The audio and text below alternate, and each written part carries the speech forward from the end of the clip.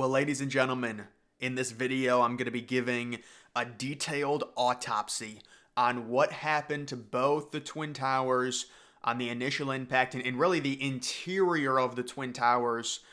When it comes to that, this first image I'm going to be showing, this is a diagram. I have not really seen something like this anywhere else where it actually gives you, or at least depicts a little bit of what the interior of one of the towers could have potentially looked like. This would have been the South Tower because you look at the floors, and also you can see the sky lobby right there. Apparently there were a lot of people in the sky lobby, and that is the floor that is nicknamed the Gore floor because it was just a hellish situation in there with a lot of people and the plane impacting the sky lobby as well. But that was just kind of an interesting little, at least more detailed interior photo. I was just thinking about this in going over some of these reports that came out in like 2003, 2004.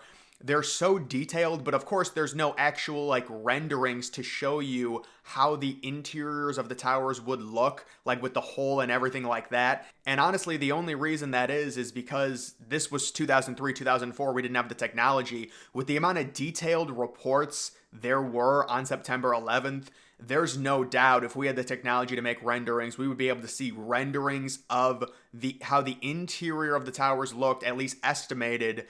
But obviously we do not have that. And I'm guessing nobody's going to be really inclined to make it.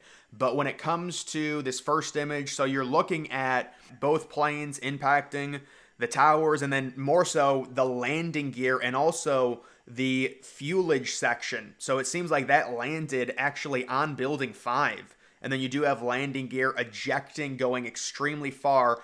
You see the hole on the opposite side of where the South Tower was impacted, and the landing gear going significantly further, ejecting out of the building. And then you've got the same thing with the North Tower as well. It'd be crazy if somebody got like on video of the North Tower, the landing gear just ejecting out. I wonder if there's any eyewitness accounts that saw that the landing gear just randomly fall and they're like, what is that? You also do have this, both the impacts and the tower collapses registering on the Richter scale. You can see the collapses obviously are a lot louder, and the North Tower had a higher rating. You can see 2.3 versus 2.1.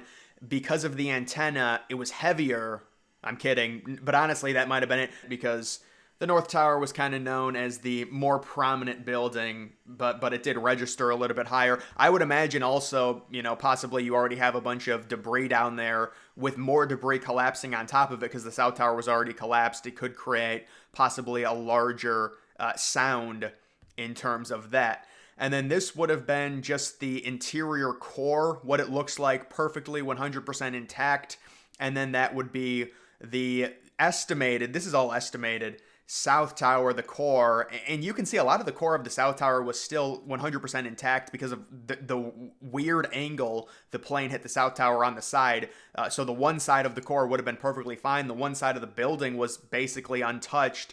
You can see an impact configuration diagram, and there is your typical floor plan. You do have the core in the center and then the offices on the outside with the plane entering. And there is an estimated damage report. Here's a little bit more detailed of the initial impact and how it affected one of the floors that was impacted severely. And you also do have the fuel and aircraft debris distribution for the South Tower. Obviously, when it comes to something like this, it doesn't take a genius to understand the middle floors are going to have most of the debris because that's where the plane primarily impacted. You've got floor 79, over 16,000 pounds of aircraft debris and a bunch of the fuel as well. And then like floor 80, floor 81, where there was a lot of fuel and debris. That is all estimated, of course, but that is where they had expected the debris to be dispersed. And then you do have, this is one of the more interesting things I'm going to be showing,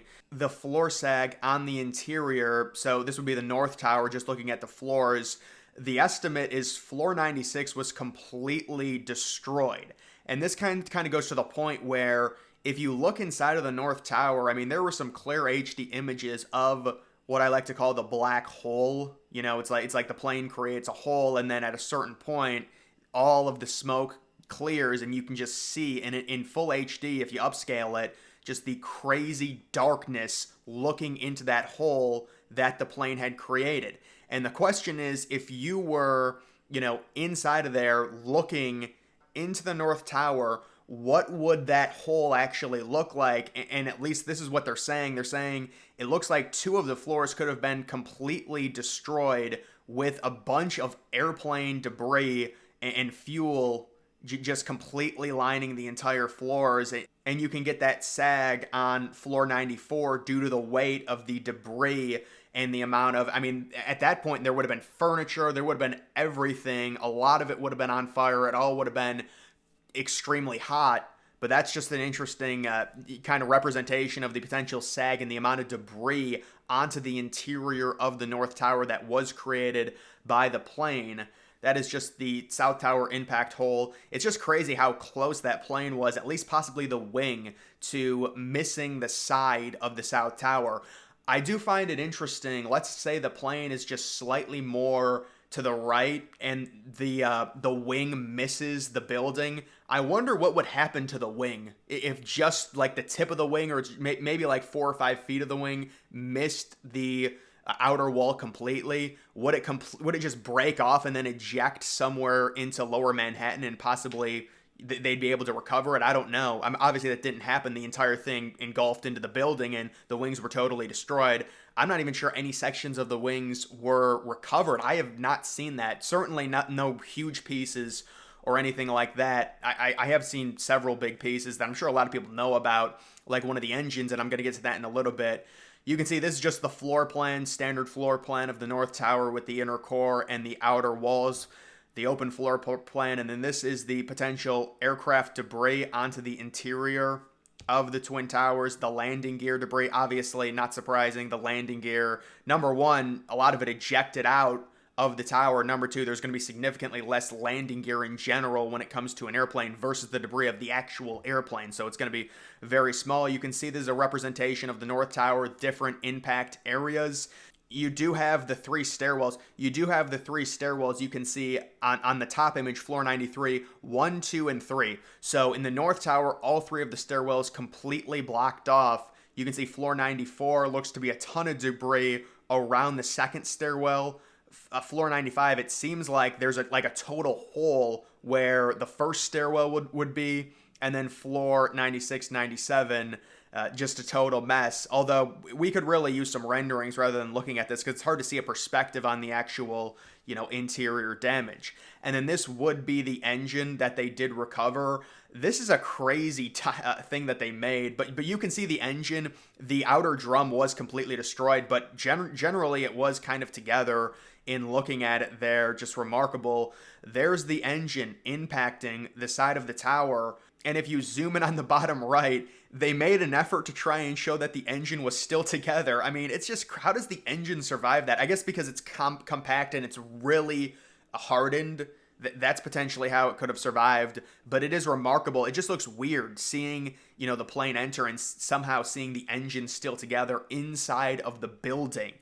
Because technically that's what would have happened. But either way, guys, those are just some interesting little diagrams I wanted to show, maybe give some perspective on the planes entering the building, and also the debris field on the interior of the Twin Towers, specifically the North Tower, potentially causing floors to sag with the amount of weight and fuel that was being dumped.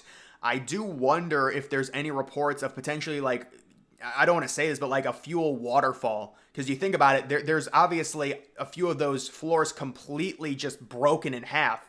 So it would be like maybe 20 or 30 feet down if like 2 or 3 floors are broken, if you guys know what I'm saying. And then imagine fuel just pouring down there like a waterfall. That's what I would guess might honestly have happened. But either way, that is going to do it for this video. Make sure you follow me on X. Link to that's always in the description.